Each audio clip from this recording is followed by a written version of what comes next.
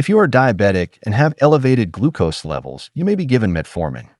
This medication belongs to the class of biguanides, and it is one of the widely used anti-diabetic medications. It is available as tablets, both as immediate release and extended release tablets. Metformin shows many benefits in diabetic treatment. First, it can be combined with other anti-diabetic agents for better control of glucose levels. In many of the combinations, you can find the metformin. It can be combined with sulfonylureas like glipizide and glibenclamide. It can also be combined with gliptins like sitagliptin and linagliptin. You can also have a combination of metformin with empagliflozin and dapagliflozin. The second benefit of metformin is on your body weight. It can reduce your appetite and can control your food intake.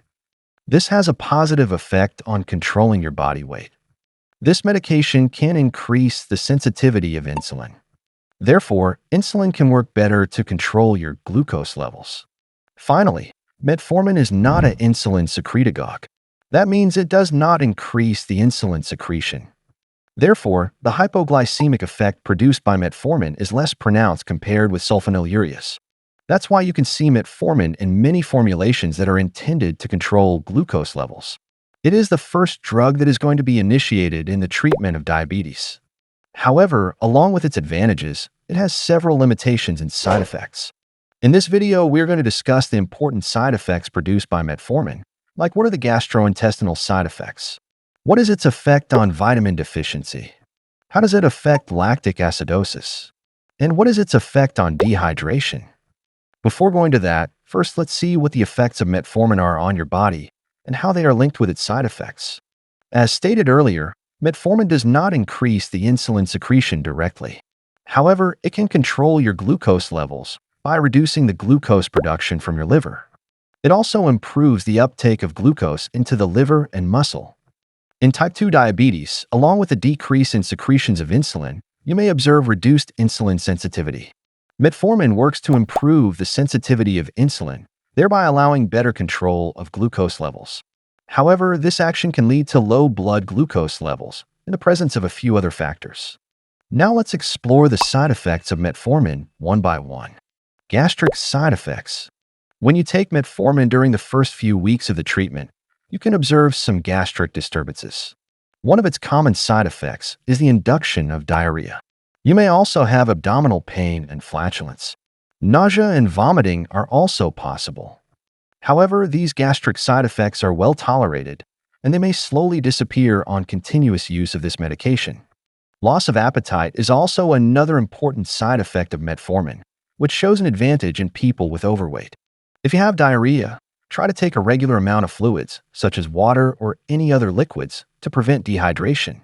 You can reduce the abdominal pain by eating slowly. Try to eat smaller amounts of the meals more frequently. You can prevent these gastric side effects when you take the metformin with food. It can reduce the induction of nausea and vomiting. Vitamin deficiency. Use of metformin can produce deficiency of vitamin B12. It can reduce the absorption of this vitamin. It can also reduce the calcium absorption. With this deficiency, you may feel very tired, and you may have muscle weakness. You may also have mouth ulcers and a sore or red tongue. Your skin becomes pale-colored. You may also have disturbances in your vision. You may notice vitamin B12 deficiency when using metformin for more than 1 year. If you observe these symptoms, you may consult your doctor. In case vitamin B12 levels are found very low, you may be given vitamin B12 supplements. Hypoglycemia. One of its main purposes of metformin is to control the elevated levels of glucose. However, in a few conditions, this medication can also reduce the glucose levels to lower levels than normal. This hypoglycemia may be more possible when you're taking the metformin along with other drugs like sulfonylureas or if you're taking external preparations of insulin. Metformin increases the sensitivity of insulin, and it decreases the glucose production from your liver. It has no direct action on stimulation of insulin secretion. Therefore, it has less effect on the induction of hypoglycemia when it is used alone. But generally, metformin can be combined with other medications, which may increase the risk of hypoglycemia.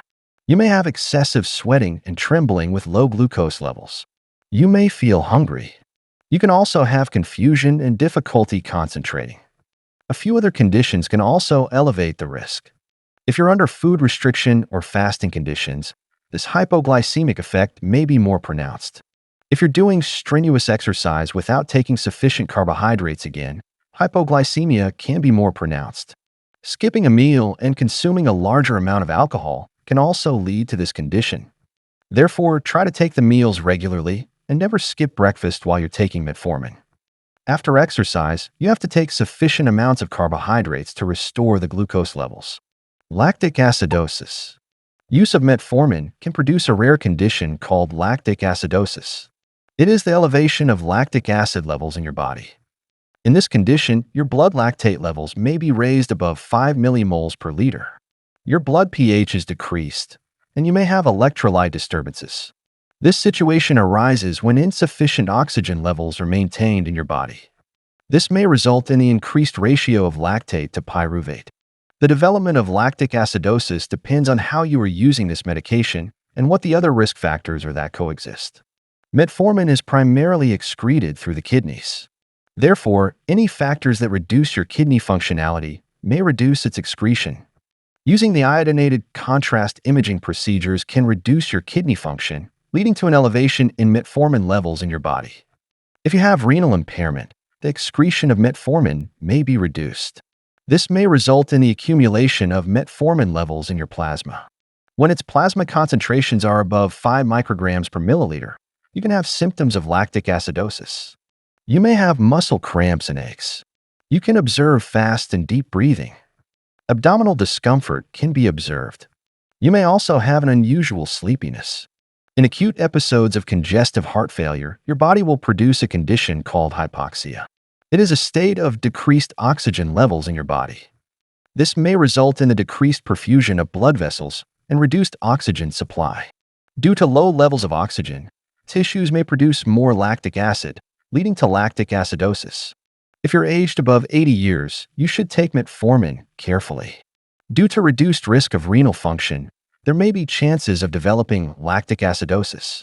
Low levels of oxygen can also be produced due to a few radiological procedures. In case of liver disease or chronic alcoholism, again the risk may be more pronounced. Lactic acidosis can also be increased with intense exercise. In such cases, you may discontinue this medication, or the dose may be temporarily reduced. Under severe conditions, the elevated levels of metformin can be removed by using dialysis. Dehydration. When you are under food restriction or withholding fluids due to any surgical procedures, you may have volume depletion and hypotension. This may result in dehydration and dizziness. If you have gastric side effects like diarrhea and vomiting, this dehydration is more enhanced. In such conditions, try to temporarily discontinue metformin during surgery to avoid severe dehydration. Taste disturbances. When you take metformin, you can notice a metallic taste in your mouth. This taste change can be observed due to its secretion into the saliva. Metformin is widely distributed in your body, and it is going to be secreted into the saliva through the salivary glands. This may bring a metallic taste even if you're going to take this tablet without more time on your tongue. You can notice these taste changes in the first few weeks of the treatment, and gradually it may disappear. If it is required, you can chew a sugar-free gum to mask the metallic taste. These are the common side effects of metformin that you should know before its use. That's all, guys. Thanks for watching this video. Share your experience and how it works for you in the comment section below. Have a great day.